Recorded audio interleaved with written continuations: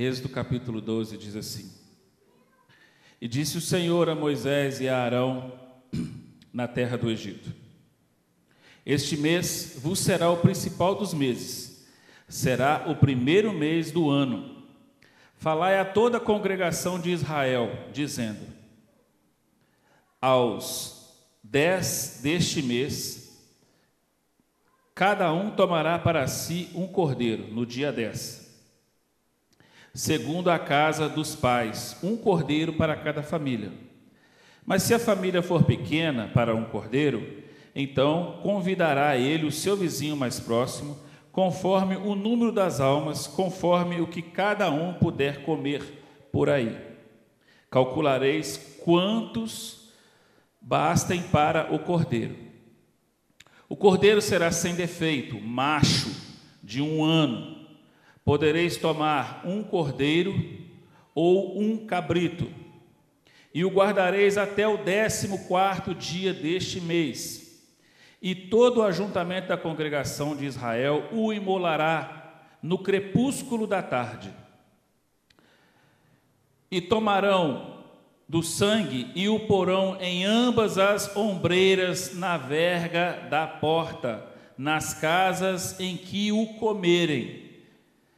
Naquela noite comerão a carne assada no fogo, com pães ázimos, pão sem fermento, e ervas amargas a comerão. Não comereis do animal nada cru, nem cozido em água, porém assado ao fogo. A cabeça e as pernas e as fissuras, nada deixareis dele até pela manhã. O que, porém, ficar até pela manhã, queimá-los-eis. Desta maneira o comereis. Lombo cingido, sandália nos pés, cajado na mão, comê-lo-eis às pressas, é a Páscoa do Senhor. Porque naquela noite passarei pela terra do Egito, e ferirei a terra do Egito todos os primogênitos, desde os homens até os animais. Executarei juízo sobre todos os deuses do Egito. Eu sou o Senhor. O sangue vos será por sinal nas casas em que estiverdes. Quando eu vir o sangue, passarei por vós, e não haverá entre vós praga destruidora, quando eu ferir a terra do Egito. Este dia vos será por memorial. Repita comigo: memorial. E o celebrareis como solenidade ao Senhor nas vossas gerações, e o celebrareis por estatuto perpétuo. Glória a Deus. Pode se assentar em nome de Jesus. Aleluia. Acabamos de ler aí, amados, as ordenanças sobre a Páscoa, sobre a passagem do Senhor no meio do teu povo, aonde o Senhor ali faria juízo sobre os deuses do Egito, sobre a força do Egito, porque o Egito naquela época se achava o quê? Imponente, né? Indestrutível, desobediente, e o Senhor glorificou o teu nome ali, com este acontecimento. E aqui no verso 14, ele fala: o celebrareis como solenidade ao Senhor nas vossas gerações. Nós somos a geração que já futura? Hein? Ou tem gente aqui ainda lá daquele tempo? Tem algum hebreu aqui ainda que participou lá, que imolou o cordeiro? Não, né? Nós somos a geração do futuro, né? Fomos enxertados, não fomos nesse povo? Antes de eu começar a falar aqui, vamos repetir: celebrareis por estatuto perpétuo nas vossas gerações. Pastor, isso aí que o senhor leu foi uma instrução dada para o povo hebreu quando eles saíram do Egito. Essa instrução não é para nós, pastor. Eu não estava lá no Egito, eu não sou hebreu, eu não sou hebreia. Então eu não preciso de guardar essas coisas. Isso aí é coisa de judeu, é coisa de hebreu, isso é coisa do Velho Testamento. Será esse o pensamento que a gente tem que ter? Será? Porque no livro de Romanos, nós temos que entender o seguinte: Romanos 11 nos explica que nós fomos enxertados na comunidade de Israel.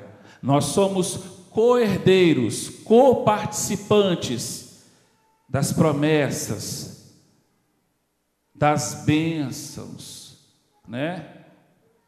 Nós somos co-participantes com esse povo. Então, se nós fomos enxertados neste povo, cabe a nós estudarmos e aprendermos como este povo vive, como este povo celebra a Deus, como que este povo guarda os mandamentos do Senhor. Para que nós façamos idêntico, igualzinho, não. Nós estamos no Brasil. Nós vamos cumprir os mandamentos do Senhor de acordo com o nosso cotidiano, mas sem ferir a palavra de Deus. Mas nós temos que entender que nós fomos enxertados. Isso daqui nós fazemos parte.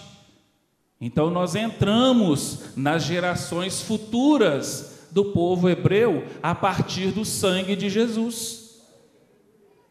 Por isso fazemos festa do Senhor. Por isso nós fazemos Páscoa. Por isso nós celebramos Pentecostes, tabernáculos, Yom Kippur, festa das trombetas. Porque nós fomos enxertados nesse povo. Nós temos os mesmos direitos de celebrar essa festa, com eles ou sem eles.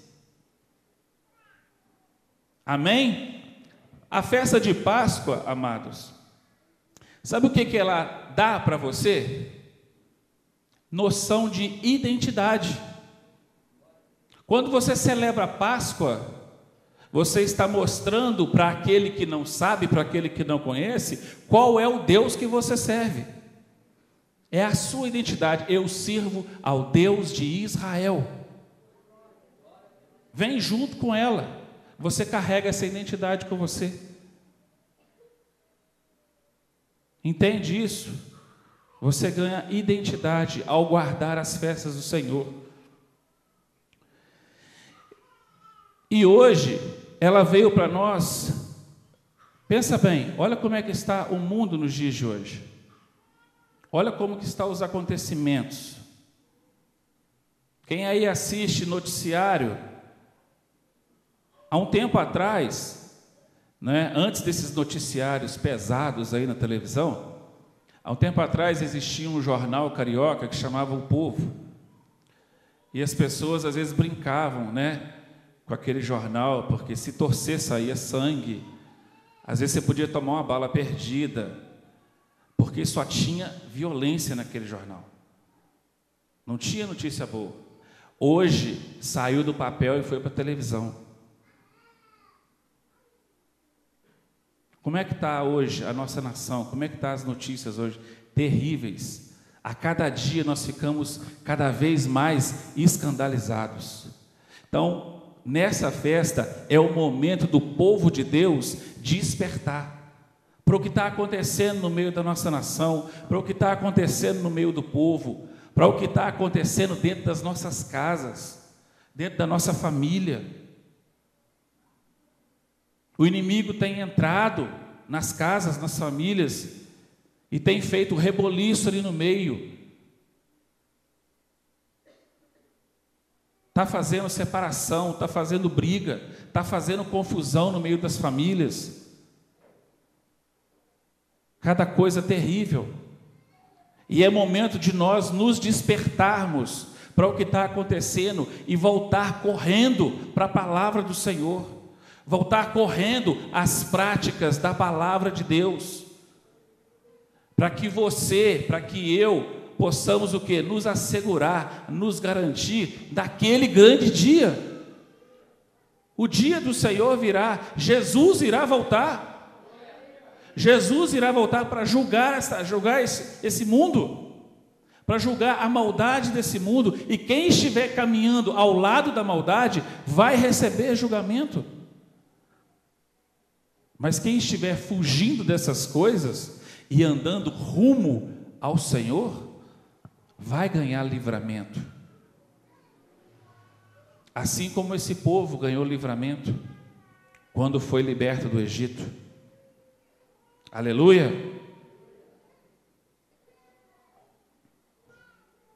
Então hoje é de suma importância nós despertarmos para a necessidade de celebrarmos a Páscoa no meio evangélico. Trazer à memória as coisas santas de Deus. Fazer com que esse povo abandone o mundo e o mundanismo que entrou dentro da igreja. O povo precisa despertar para isso. As igrejas estão inchadas, alienadas.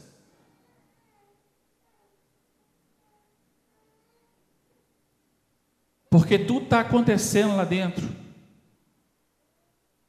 Qualquer festa esquisita está entrando. Às vezes uma festa mundana entra com um tema evangélico, né? Vamos tirar aqui esse nome e vamos colocar o nome tal, porque aí não é a festa deles, é a nossa. Mas a festa do Senhor ninguém quer praticar. Não, isso aí é coisa do passado. Isso é coisa do Velho Testamento. Temos que ter a necessidade de celebrar Páscoa no meio cristão, no meio evangélico.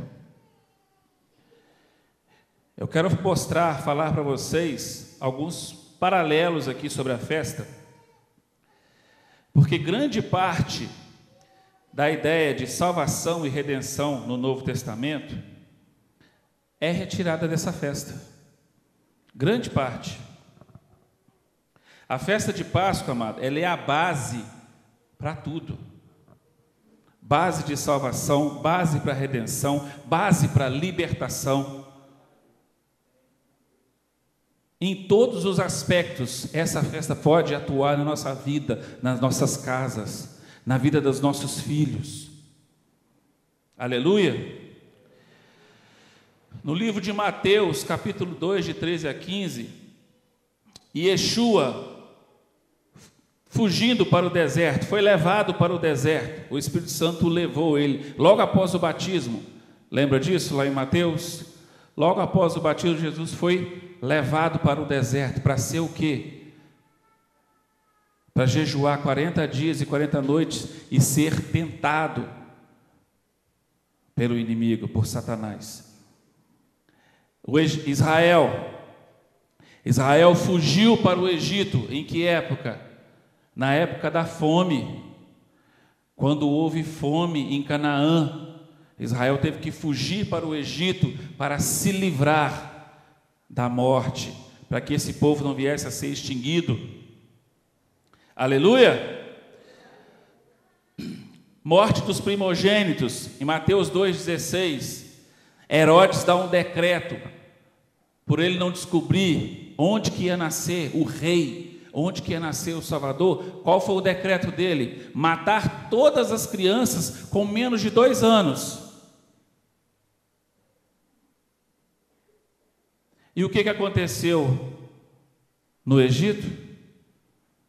O rei mandou matar todas as crianças quando descobriu que ia nascer um libertador para o povo hebreu. Aleluia! Morte dos primogênitos, Mateus 2,16.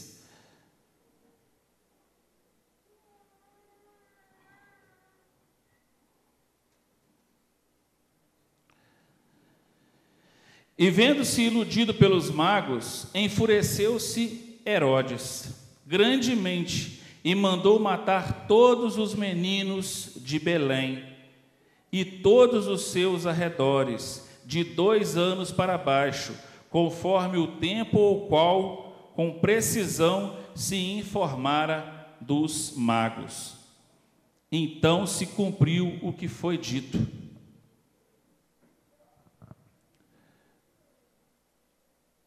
O rei ali, por não saber, qual que era o mais fácil a fazer? Eu não sei quem é, não me revelam, então eu vou matar tudo. Eu vou acabar com tudo. Ou seja, qual que era o plano de Satanás ali naquele momento? Acabar com a esperança do povo. Durante toda a nossa vida, amado, como cristão, como servos de Deus, o inimigo sempre vai se levantar, enquanto você estiver nessa caminhada, para tentar acabar com a sua esperança, para acabar com aquele sentimento de que Jesus está voltando, de que você está conseguindo caminhar na presença de Deus. Sempre vai querer colocar na sua cabeça, no seu ouvido, na sua mente, a dúvida: será que Deus me ama? Será? Será que realmente eu estou fazendo aquilo que agrada a Deus? Amado, esses pensamentos não tem que rondar na nossa cabeça, não. A gente tem que repreender esses pensamentos. Porque Jesus te ama sim, porque Ele deu o Filho para morrer na cruz, para te resgatar. Como que Jesus não te ama? Como você permite esse tipo de pensamento rondar na sua cabeça? Nós não podemos permitir isso mais. O inimigo tem que ser derrotado com esses pensamentos, porque isso traz tristeza, isso traz depressão.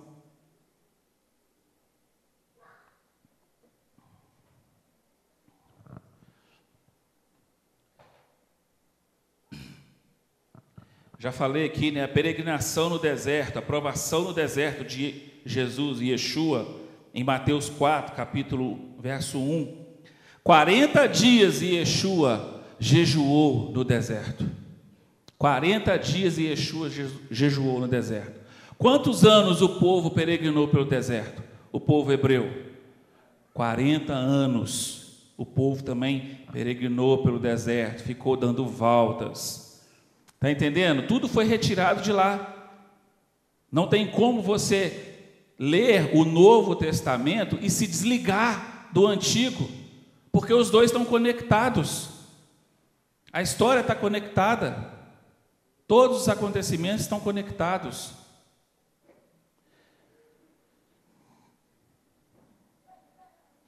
Em João 1,29, João fala: eis o Cordeiro de Deus que tira o pecado do mundo, quando ele vê Jesus chegando para ser batizado.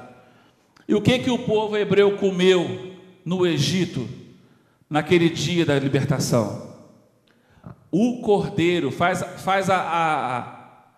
analogia a quem? A Páscoa, a libertação, o Cordeiro que tira o pecado do mundo, Jesus e Yeshua, o Cordeiro que trouxe libertação para o povo hebreu. Aleluia! E Yeshua é a nossa Páscoa. 1 Coríntios 5, 7.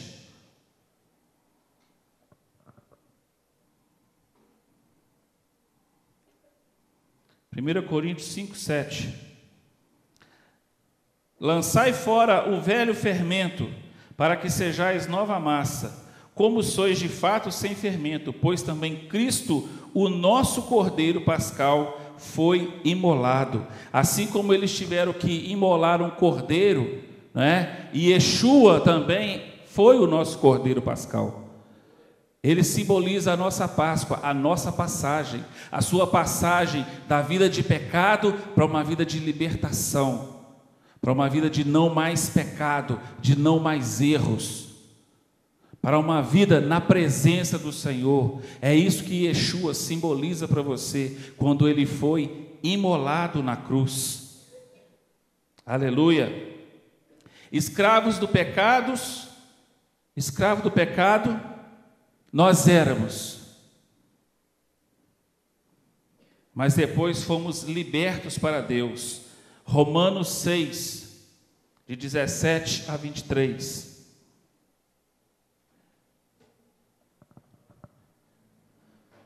O povo hebreu também andou nessa mesma pisadora.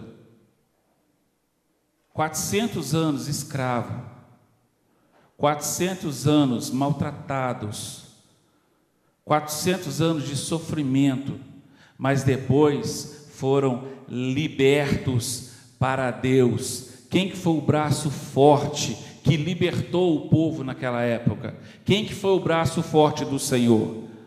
Yeshua, o nosso Deus. Da mesma forma que nós andávamos escravos do pecado, também na obra da cruz, nós fomos o quê? Libertos para o Senhor. Então, amado, não tente voltar. Não tente você brigar com o Espírito Santo do Senhor, que tomou posse da sua vida no dia que você se rendeu aos pés dele. No dia que você se batizou. Nós não podemos nos render ao pecado mais. Nós temos que ser resistente. A palavra diz: se nós sujeitarmos a Deus e resistirmos ao mal, o pecado vai o quê? Fugir. Então, se a gente ainda está pecando muito, isso é sinal o quê? Que nós não estamos nos sujeitando a Deus.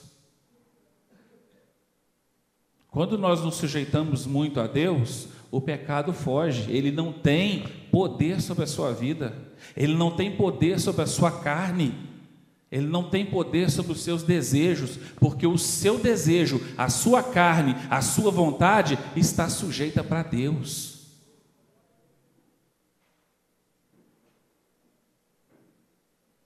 Nós temos todo dia, todo momento que estarmos voltando para o Senhor. Nós temos que ter o entendimento da nossa necessidade de Deus na nossa vida, do Espírito Santo falando conosco, do Espírito Santo nos guiando. As pragas lá em Apocalipse fazem alusão às pragas do Egito também. Deus castigou o Egito com 10 pragas, não castigou? Apocalipse também fala de pragas, do dia do Senhor, o dia que o Senhor vai julgar essa terra. Então tem pragas também. Ainda, você pensa assim, o que o Egito passou, né? Nós não vamos passar mais. Pode ser que essa geração aqui não, mas do jeito que anda as coisas, se você parar a analisar os acontecimentos, não demora muito para o Senhor voltar. Eu não me arrisco a dizer que essa geração nossa vai ver o Senhor. Eu não sei as contas, eu não sei o tempo. Houve-se um erro de contagem, né? Porque os judeus tinham isso tudo guardado. Mas depois ali perdeu-se, né? Um erro aí de mais ou menos 200 anos nas contas. Para quê? Para que houve esse erro, gente? Para que o povo não soubesse mesmo quando Jesus vai voltar. Porque ele mesmo disse que nem ele sabia, nem ele, filho do Pai, saberia o dia que ele ia voltar. Agora pensa comigo, ele poderia saber? Você acha que se Jesus soubesse o dia que ele ia voltar, você acha que ele ia sair contando para todo mundo? Não. Ele não ia contar, porque ele sabe que a nação não pode saber disso, o povo não pode saber disso. Porque se você sabe exatamente o dia que Jesus irá voltar, você vai o quê? Se preparar para esse dia. Pode ser que você leve uma vida relaxada, mas opa, está chegando o dia do Senhor voltar. Mais ou menos mês que vem ele volta. Santo. Jejum, oração, joelho no chão e boca no pó, né? Por isso que nem para o Filho foi revelado. O próprio Jesus disse: se o dono da casa soubesse a que horas o ladrão iria vir, ele não ia se preparar? Trancar melhor a sua casa? Receber ele lá com sei lá o que, nos dias de hoje, com 3 oitão na mão, mas no tempo do Senhor com um porrete, com azorrague, sei lá. Por isso que isso não foi revelado para os homens, por isso que houve erros de contagem, para o dia do Senhor, para o milênio. Ninguém sabe quando será, ninguém sabe, para que você o quê? Busque a sua vida com Deus, e isso é individual. Não tem como você viver igreja a semana inteira da sua vida, porque cada um trabalha no lugar, cada um mora no endereço. Então, durante a semana, você tem que ter a sua vida com Deus, e nos dias de culto, você vai ter a sua vida com Deus, com os seus irmãos. É uma somatória, a sua busca semanal com a busca do irmão e o mover do Senhor dentro da casa dele. Aleluia!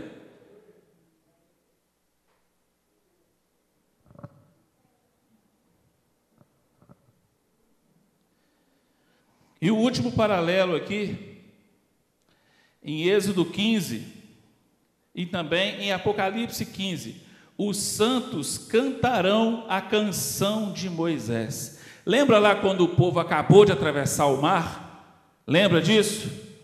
Que Moisés entoou uma canção ao Senhor? Então, naquele grande dia, nós também iremos cantar a canção de Moisés.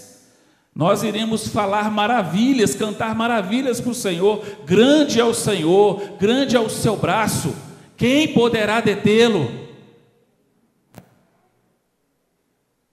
Como que nós vamos nos separar dessas coisas? Como que eu posso falar que Antigo Testamento, vamos usar essa palavra, Antigo Testamento, não é mais válido para mim?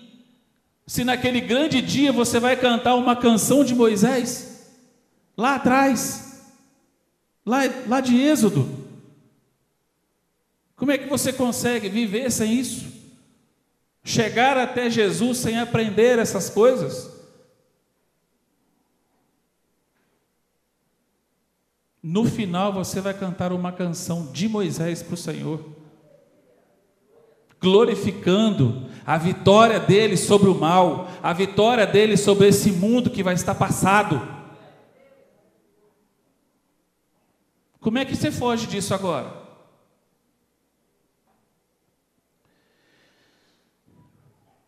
Existe alguma prova apostólica? Será que tem na Bíblia algum apóstolo ensinando a celebrar a festa? Será que a gente consegue achar? Ou será que a gente só tem essas coisas na primeira aliança? Será que nós temos na segunda também? Acabei de ler para vocês aqui, né? Volta lá em Coríntios, lá, por favor.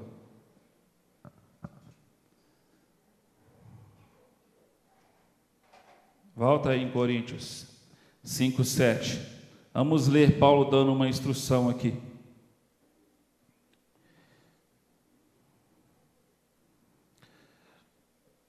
Agora eu vou ler do 5, do 7 até o 8. De novo. Lançai fora o velho fermento, para que sejais nova massa, como sois de fato, sem fermento. Pois também Cristo, nosso Cordeiro Pascal, foi imolado. Por isso, celebremos a festa. Que festa, gente? Está falando aqui de Páscoa, não está? Porque ele falou, ó, Cristo foi o nosso Cordeiro Pascal. Aleluia! Por isso, celebremos a festa, não com o velho fermento, nem com o fermento da maldade e da malícia, e sim com os asmos da sinceridade e da verdade. Aleluia! Amado, quando Paulo dá essa instrução aqui de celebrar a festa, olha o que ele diz: não com o velho fermento, o fermento da maldade e da malícia. Fermento da maldade e da malícia. Amados, maldade e malícia habita dentro de produtos de panificação? Porque fermento a gente coloca em bolo, não coloca? Bolo, pão, né? Eu sou panificador, eu sei. Só que esse fermento aqui simboliza o que para nós? Pecado. Então, quando ele fala para lançar fora o fermento da malícia, da maldade, é para lançar fora os nossos pecados, a nossa maldade, a nossa ignorância, o nosso eu. Nessa semana de Páscoa, a gente tem que lançar fora todas essas coisas. Retirai de você a maldade que o inimigo tenta colocar em você, a maldade dos comentários indevidos. Isso é maldoso. Nós fazemos comentários indevidos sobre irmãos, sobre pessoas, sobre líderes. Arranca de você essas coisas, se purifica. É Páscoa do Senhor. O Senhor está passando. São 8 dias de festa. 8 dias de festa, aonde o Senhor vai estar passando, vai estar te visitando, e você vai continuar do seu jeitinho aí, vai continuar tecendo os seus comentários, tecendo os seus status maldosos. Amado, quando eu vejo agulhada no status, abrindo um parênteses aqui rapidamente, não vou falar de aspas hoje, quando eu vejo uma agulhada no status, sabe o que eu penso? Você acha que eu torço a minha cara? Você acha que eu... Amado, eu peço a Deus para ter misericórdia daquela pessoa, que tenha coragem de tecer uma frase vingativa, maldosa, e postar no seu próprio aparelho, porque sabe que vai alfinetar alguém. Ei, joga esse alfinete de Satanás no lixo. Não use a sua tecnologia para machucar seus irmãos, para machucar seus pastores, para machucar o seu vizinho. Para com isso. Isso é pequeno. Isso é pequeno, amados. Fazer o uso do meu aparelho para me cutucar o meu irmão. Tive um problema com o pastor Diogo, vou colocar uma mensagem para ele no meu celular. Não, eu tenho que ir lá e resolver com ele. Vai lá e resolve com o seu irmão. O que adianta falar aqui, ler para vocês, que se na hora que você for trazer a sua oferta, lembrar que você tem uma desavença com o seu irmão, vai lá e negocia com ele antes. O que adianta falar isso aqui? Sendo que na hora que você está sentido, doído, você vai e posta alguma coisa para cutucar alguém. Estou falando aqui de status de WhatsApp, mas já vi status de WhatsApp, já vi em Facebook. Graças a Deus nem mexo nesse troço mais. Está lá parado. Até para excluir esse negócio é difícil. Acho que é igual cancelar internet, sei lá, essas operadoras difíceis de cancelar. Facebook caiu na mesma moda. Você não consegue cancelar que é trem, não. Para de usar a tecnologia para fazer maldade. Não só na semana da Páscoa, mas durante toda a sua vida. Use a tecnologia para o bem. Use o seu aparelhinho para mandar uma mensagem de amor. Use o seu status para botar um versículo, para botar um banner de uma festividade de uma igreja aí, que está acontecendo no dia de hoje. Aleluia! Coloque as suas particularidades, mas não coloque maldade. Eu peço a Deus para ter misericórdia. Amém? Então nós vemos aqui Paulo instituir a festa. Glória a Deus. Vocês entenderam o que é tirar o fermento da sua vida? Amém? A maldade, a malícia? Glória a Deus. Festa de Páscoa é tradição ou é doutrina? Doutrina ou é tradição? Opa!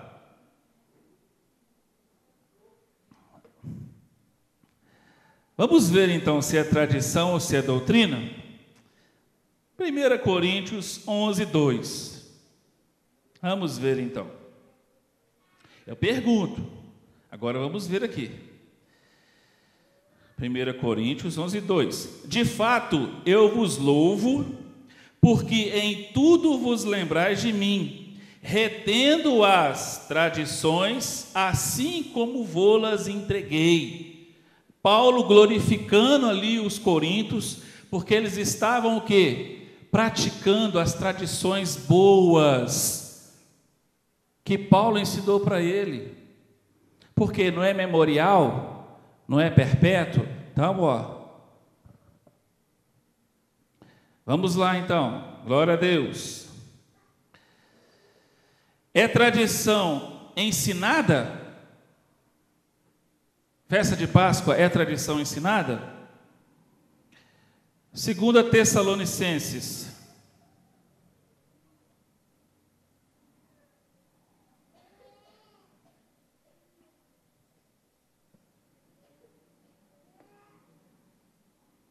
Aleluia.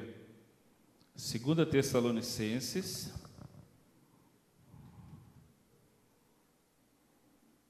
Depois que eu achar, eu falo. 2,15. Aleluia. Assim, pois, irmãos, permanecei firmes e guardais as tradições que vos foram ensinadas, seja por palavra, seja por epístola nossa. Sendo por palavra, aonde que está o ensinamento dessa tradição aqui? Na Torá, na lei do Senhor. Seja por epístola dos apóstolos, os ensinamentos de doutrina que eles mandam, como fazer, como praticar, como celebrar. Então isso tudo era ensinado aos Tessalonicenses, foi ensinado aos coríntios. Glória a Deus. Colossenses 2,11.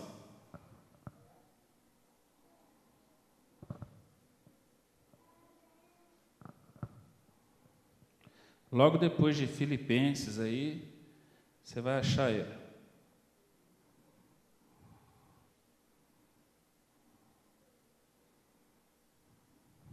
O que estava acontecendo aqui com os nossos irmãos aqui? Com os irmãos gregos de Colosso? Quem que escreveu aos Colossenses, amados? Quem que escreveu? Paulo. Escreveu para os Colossenses de Colosso, correto? Né? Carta aos Colossenses. E o que estava acontecendo aqui neste momento? Tem algumas Bíblias aí que tem uns subtítulos aí, né? Mas deixa esse subtítulo para lá. Os nossos irmãos de Colosso, eles estavam sendo perseguidos. Os gregos ali estavam perseguindo eles. Os judeus não messiânicos estavam perseguindo eles. Porque eles estavam o quê? Obedecendo o mandamento da festa. É igual acontece com você hoje, com você, meu irmão, com você, minha irmã. Você não é judeu. Para que você está guardando essas festas? Para que você está praticando Páscoa? Para que você está guardando o sábado? Essas coisas não te pertencem, não. Você não precisa de fazer isso. Para quê? Então, estava tendo perseguição. E o que a perseguição provoca em nossos corações? Você que sofre perseguição por isso. Provoca o quê? Tristeza, desânimo, não é? Pois bem. Aí Paulo vai e escreve para eles. Nele também foste circuncidado, por intermédio, não de mãos, mas no despojo do corpo da carne, que é a circuncisão de Cristo, né? No despojo do Messias. Aleluia. Então, aonde que eles foram circuncidados? Tipo assim, eles estavam sendo perseguidos. Olha, vocês não são circuncidados, vocês não são judeus, vocês não precisam disso. Mas opa, nós fomos circuncidados aonde? Em Jesus. No coração. Em Jesus você foi circuncidado. Por isso você faz parte da aliança. Você faz parte dessa aliança. Isso te pertence também. Aleluia. Tendo sido sepultado juntamente com ele no batismo, no qual igualmente fostes ressuscitados mediante a fé no poder de Deus, que ressuscitou dentre os mortos. Ou seja, Paulo está ali falando para eles, olha só, ninguém pode falar essas coisas com vocês, não, vocês fazem parte da aliança. Vocês podem praticar essas coisas, vocês podem celebrar as festas, porque isso também pertence a vocês, é para vocês, este mandamento, essa celebração, este memorial. Aí ele fala no verso 16: ninguém vos julgue por causa de comida e bebida, ou dia de festa, ou lua nova, ou sábado. Ninguém vos julgue por causa dessas coisas, porque você faz parte disso, você faz parte dessa aliança. Aquele que te julga, amado, age com ele com misericórdia, age com ele com paciência, porque o entendimento ainda não lhe veio ainda. Mas se veio, ainda não desceu o coração. E eu sou a prova viva disso, porque antes dessa mensagem chegar até a mim, eu brigava com os irmãos, eu brigava com um irmãozinho meu, eu já falei isso aqui, o irmãozinho adventista, Elisângela, conhece ele? Eu criticava ele. Sabe o que eu falava com ele, gente? Perguntava se ele já tinha matado a pombinha dele, se já tinha feito o sacrifício dele. Olha que ignorância, olha a minha ignorância, agredindo a fé do meu irmão. E é assim que nós somos perseguidos. Aí você acha que ele me tratou mal? Você acha? Você acha que ele virou as costas para mim? Ele me tratou bem. Sabe o que ele falou comigo? Espera, um dia Deus vai te dar entendimento. Né? Me deu um chilepe na cara, mas mesmo assim, enquanto eu não tive entendimento, eu continuei perseguindo ele. Eu diminuí a pressão, mas eu estava sempre alfinetando o irmão. Até que um belo dia Deus veio e abriu o meu entendimento para isso, abriu o meu entendimento para as suas escrituras. E a primeira coisa que eu fiz, quando eu estava vivendo essa alegria, foi contar para ele. E ele glorificou a Deus pela minha vida. Ele se alegrou, porque cumpriu-se a palavra dele na minha vida. Ele falou, espera, tipo assim, sua hora vai chegar. Irmão, irmã, você não está entendendo agora, mas deixa o Espírito Santo trabalhar aí nesse coraçãozinho. Não deixe que só as minhas palavras te convençam, não. Chega em casa, vai ler o que eu estou falando aqui. Chega em casa, vai para o joelho, porque o Espírito Santo ele é capaz de te fazer entender essas verdades. O mais poderoso aqui, amado, não é pastor Vitor, não é um irmão cheio do Espírito Santo que profetiza, que roda, que fala em mistério. O mais poderoso aqui é o Senhor, e é Ele que faz a obra, é Ele que faz a transformação de vidas.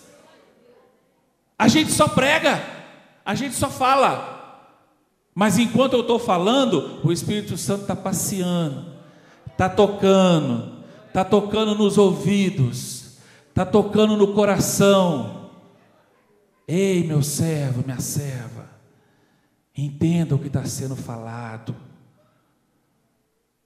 Deixa o Espírito Santo tocar aí em você nessa noite.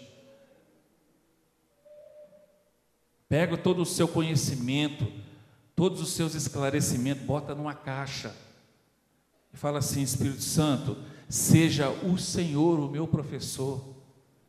Me explica aí o que esse moço está falando ali em cima. E deixa o Espírito Santo explicar. Se você fizer isso de coração puro, aberto e sincero para Ele, eu tenho certeza que Ele vai ter um particular na sua vida, no seu momento de leitura, no seu momento de oração. Deus abriu os meus olhos para essa mensagem, amado, assistindo uma pregação. Fui assistir uma pregação no dia mais enrolado da minha vida. Sabe aquele dia que você está apertado, mas apertado que você não pode parar nem para respirar? Foi nesse dia. Amado, com Deus não tem essa, você está enrolado, você está sem tempo, não. Quando Ele quer, é na hora que Ele quer. Você tem que entender que você não é forte, você não é poderoso, Deus é que é poderoso. E se Deus quer te mudar, te transformar, é quando Ele quer. E naquele dia eu não queria, mas Deus queria. E eu tive que ficar sentado 1h10 assistindo aquela pregação. E cada minuto que passava eu ficava maravilhado de ouvir aquelas coisas. E eu falava: eu nunca ouvi isso na minha vida. Nunca ouvi pastor nenhum falar dessas coisas. Sempre ouvia anulando, dizendo que não valia. Mas o dia que eu ouvi, os meus ouvidos se abriram. As escamas, da barreira espiritual caíram-se dos meus olhos. E aí eu passei a ver a palavra do Senhor com uma outra lente, a lente do Senhor. Os óculos que Ele me colocou foram os dele. Eu não consigo mais ler a palavra com as minhas vistas mais. É sempre com os olhos do Senhor. É Ele que tem que trazer o entendimento. É Ele que tem que abrir a mente. Porque tudo é dele. Porque dele, por Ele e para Ele são todas as coisas. Em tudo vai ter Deus, amado. Tudo na sua vida vai ter Deus. Pare de ser resistente. Pare de ser duro nesse coração aí. Deixa Deus trabalhar.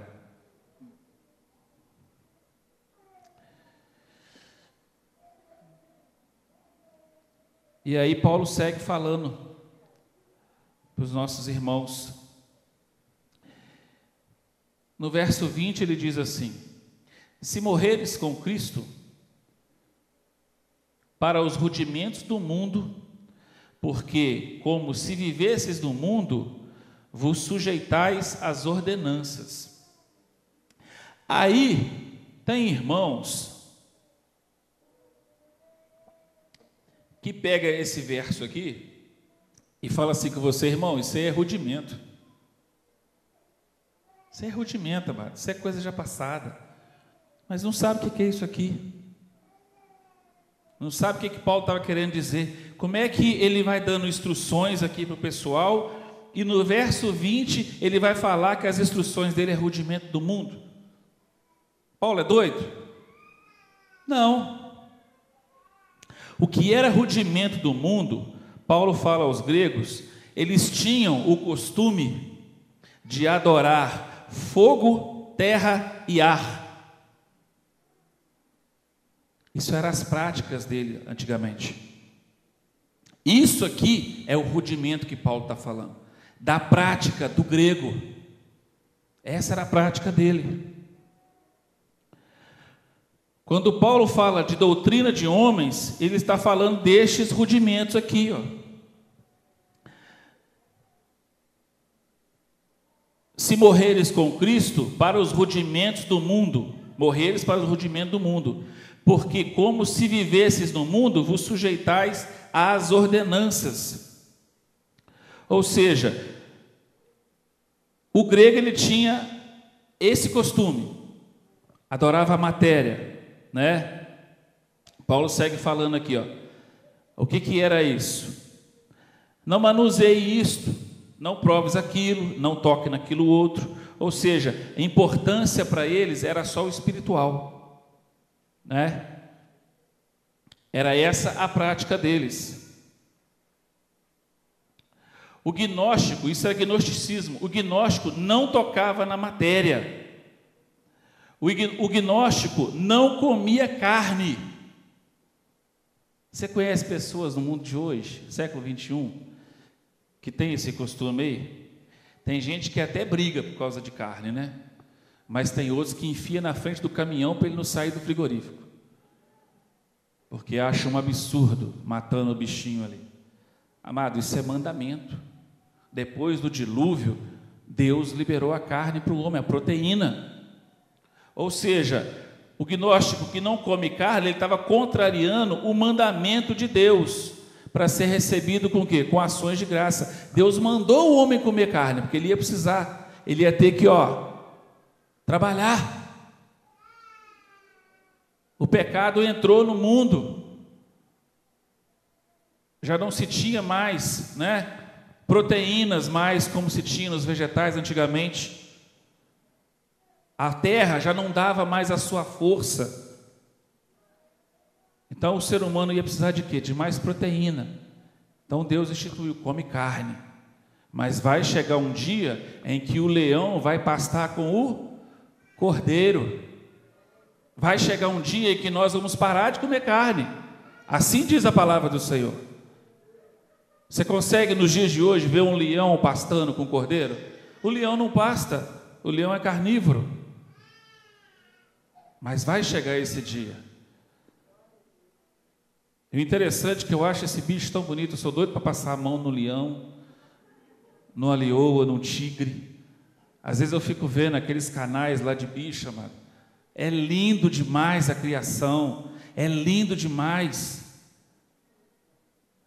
E até na necessidade dos dias de hoje, é lindo ver eles caçando. Estratégia que eles usam. Quem ensinou isso para eles? Quem ensinou o leão a caçar? Quem ensinou o leão a caçar? Agora eu te pergunto, quem te ensinou a fazer maldade? O mundo jaz no maligno. O mundo traz para nós todo dia a maldade. Todo dia ele traz. Todo dia. E nós temos que todo dia estarmos rejeitando a maldade do mundo. Aleluia. E agora, para encerrar, eu quero falar um pouco da parte de história. Então nós vemos aqui os apóstolos ensinando, amém? E agora eu quero falar um pouco de história. Quero falar de Polícrates, o bispo de Éfeso, no século II. A igreja de Éfeso foi fundada por João. Conhecem João? Os antecessores de Polícrates, ou seja, a família dele, havia aprendido com João. Aí aconteceu um probleminha aqui, amados. Esqueci de escrever, brincadeira. O bispo de Roma, no século II, ele era meu xará, bispo Vítor. O que esse bispo faz, amados? Bispo de qual? De qual lugar que eu falei? Roma. O que esse cara fez? Ele proibiu as práticas de tudo que pertencia aos judeus, tudo que era judaísmo, ele proibiu. Qual século? Século II. Exemplo, Páscoa, tabernáculos, etc. Ele proibiu observar a Páscoa no 14º dia. Olha como que Satanás é astuto, amados, para retirar algo que foi dado ao povo como estatuto perpétuo.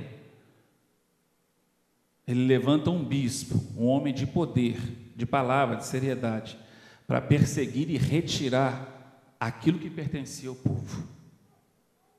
Aí, o Polícrates escreveu uma carta. Essa carta, você vai achar ela nas pesquisas que você, em casa, quiser fazer, pesquisa da história do povo judeu, pesquisas bíblicas, você vai achar isso em qualquer enciclopédia. Olha o que Polícrates escreveu. Ele escreveu uma carta para esse bispo. Presta atenção. Nós observamos o dia exato, sem tirar nem pôr. Pois na Ásia, grandes luminares também caíram no sono, ou seja, morreram. O que são grandes luminares, gente? Grandes luminares. Homens de Deus que ensinaram a palavra, luz para as vidas, luz para as nações. Tinham o costume de chamar isso, grandes luminares. Incluindo João. Foi tanto uma testemunha quanto um professor, que se deitou no peito do Senhor. Policarpo, que foi bispo e mártir. Trácias, bispo e mártir de Eumênia, que dormiu em Esmirna. Por que precisaria eu também mencionar o bispo e mártir Sagares, que se deitou em Laodiceia, ou o abençoado Papiros, ou Melito? Todos esses, agora presta atenção, todos esses observaram o 14º dia da Páscoa judaica, de acordo com o Evangelho, não desviando em nenhum aspecto, mas segundo a regra de fé. Aleluia! E também eu, Polícrates, o menos importante de todos, faço de acordo com a tradição de meus pais. E meus pais sempre, eu e meus pais, sempre observamos o dia em que as pessoas separavam o fermento. Pois os maiores que eu disseram, nós devemos obedecer a Deus ao invés de homens. Aleluia! Então, olha só, levantou-se a perseguição, mas no meio da perseguição tinha homens corajosos que se levantaram e fizeram o seu pronunciamento contra aquilo, contra essa perseguição, contra essa proibição. Ele mencionou aqui na carta dele, amado, nomes de bispos importantes, e todos eles guardavam a festa de Páscoa. Todos eles retiravam o fermento de suas casas. Todos eles retiravam o fermento da malícia e da maldade do seu coração. E no final ele diz: porque os maiores que eu disseram, nós devemos obedecer a Deus ao invés de homem. E aí eu concluo para vocês. Abra comigo Ezequiel 20.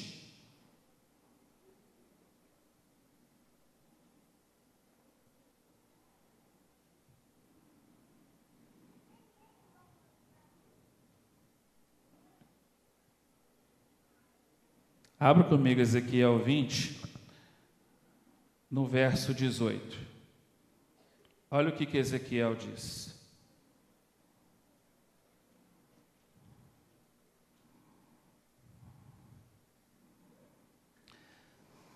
Mas disse eu a seus filhos no deserto: não andeis nos estatutos de vossos pais, nem guardeis os seus juízos, nem vos contamineis com seus ídolos.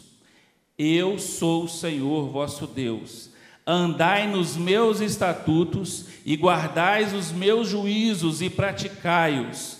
Santificai os meus sábados, pois servirão de sinal entre mim e vós, para que saibais que eu sou o Senhor vosso Deus. Então, quando você anda nos estatutos do Senhor, quando você guarda a palavra dele, quando você pratica suas festas, quando você guarda o sábado, isso é um sinal entre Deus e a sua vida. Isto é a sua identidade como cristão. Você é o guardador da palavra de Deus. Você é aquele que vive e obedece os mandamentos. Então, por essa prática, você será conhecido.